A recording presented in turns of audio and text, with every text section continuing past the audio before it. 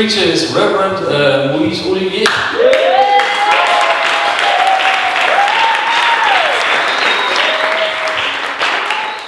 Hi guys. It's going to be my last words for you.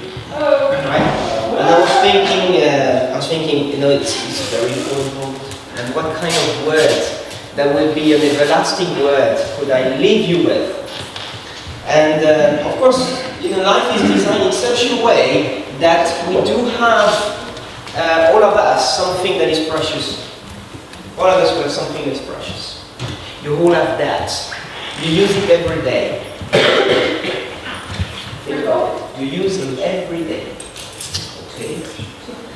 Not always for the best. Sometimes for the very best. But you're called actually to really guard. You're called actually to use it wisely. You're called actually to give it.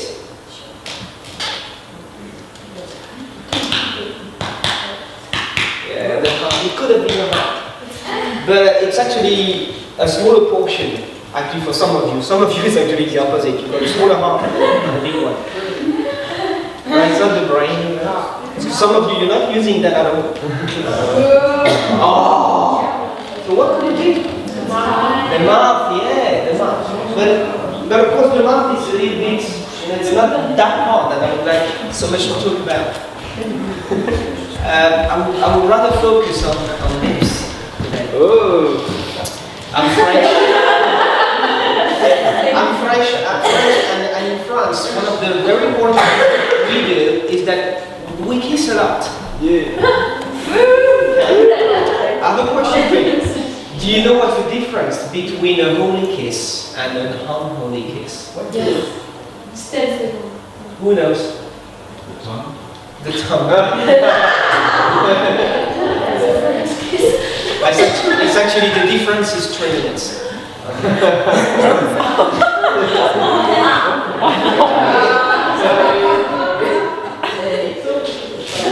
But I was wondering, is there anything in the Bible about kissing? One of the first things we do when we kiss is that we use it to greet, called the greeting kiss. You come and you welcome somebody, and you know, wait, how much do you do that in Belgium? Like 3, 4 times? One time? When I grew up, it was 4 times. But the interesting thing is that in the Bible, the greeting kiss is there to sanctify the ordinary. You are there to acknowledge someone and then say to that person, you're special. And I greet you in a way that you are part of the family. It's a sign of acceptance. It's a sign that you welcome that person and you give actually very close part of your anatomy.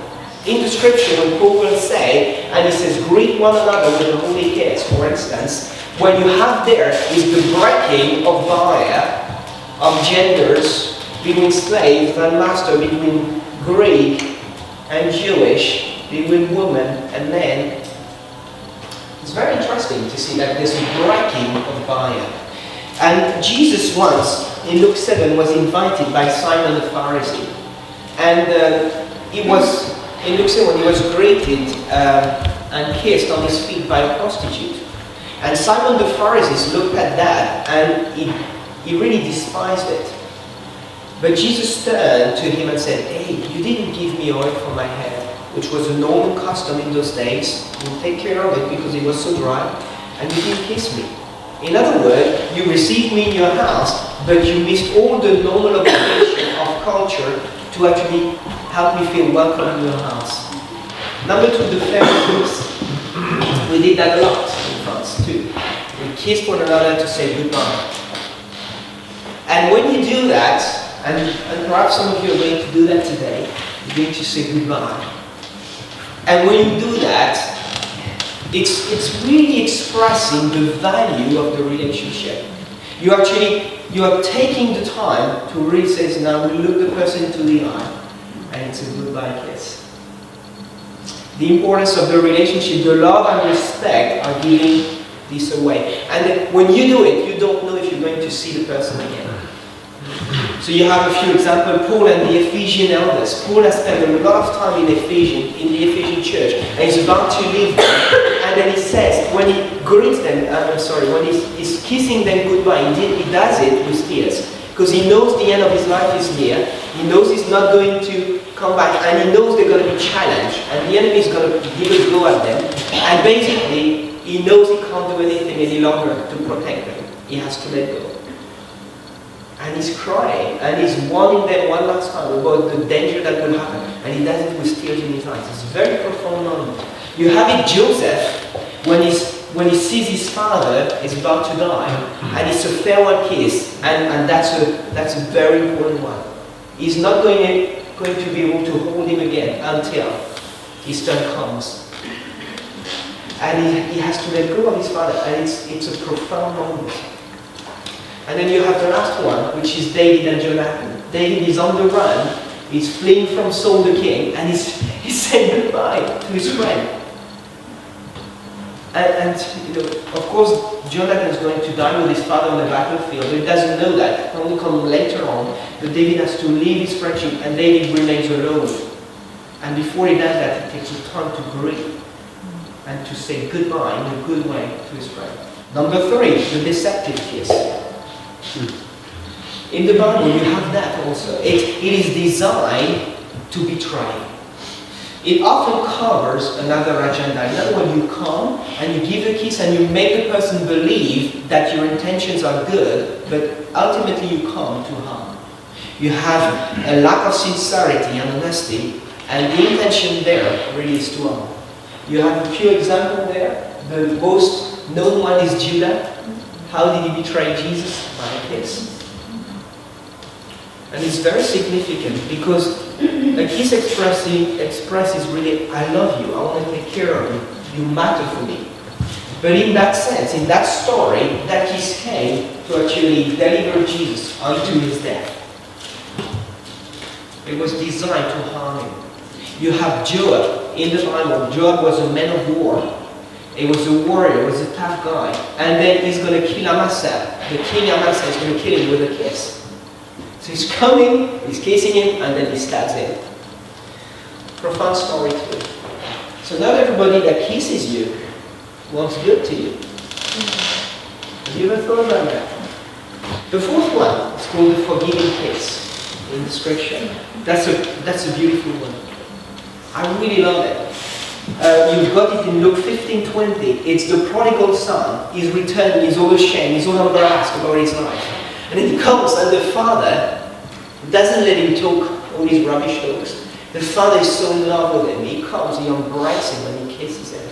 And that's a wonderful picture about how God feels about us when we return to him. You've got Esau towards Jacob. You see, Esau said to Jacob, hey, when you come home, I'm going to kill you. Because he stole everything from him. And Jacob is on the way, he's on the run, he's leaving everything. And if you remember the story, when he's sent back to his father's household and he's coming back and he's going to meet Esau, his brother, he learns that Esau is on his way with 400 men of war. And the last thing he remembered is Esau said, I'm going to kill you. And if you remember the story, Jacob did what every courageous man does. He sends first the servant, and he sends a lot of gifts. He says, maybe that's going to help. And then he sends the wife that he doesn't like, with the kids that he doesn't like. And then he sends his wife that he really likes, with the kids he likes. And he makes 3 groups with a few meters, a few hundred meters in between. Because he thinks, if my brother's still angry with me, he's going to kill the first, then maybe the other one can escape. And then Jacob says, but I come at last. So if he kills everybody, at least I've got a chance to run. Because that's what he did all his life, he was a runner. And that's the place where he's alone and he meets the angel of the Lord. And then he fights and wrestles, and then God strikes him in his hips. You remember that? And he can't run anymore. Suddenly he's left in agony when he's going to face his worst fear. He's going to face that. He's going to face his brother. And when he does it, he's totally limping. He can't run. And when his brothers meet him, it's a kiss of forgiveness. It's a kiss of reconciliation, and it's beautiful. The fifth one is called the sensual kiss. It's in the Song of Solomon.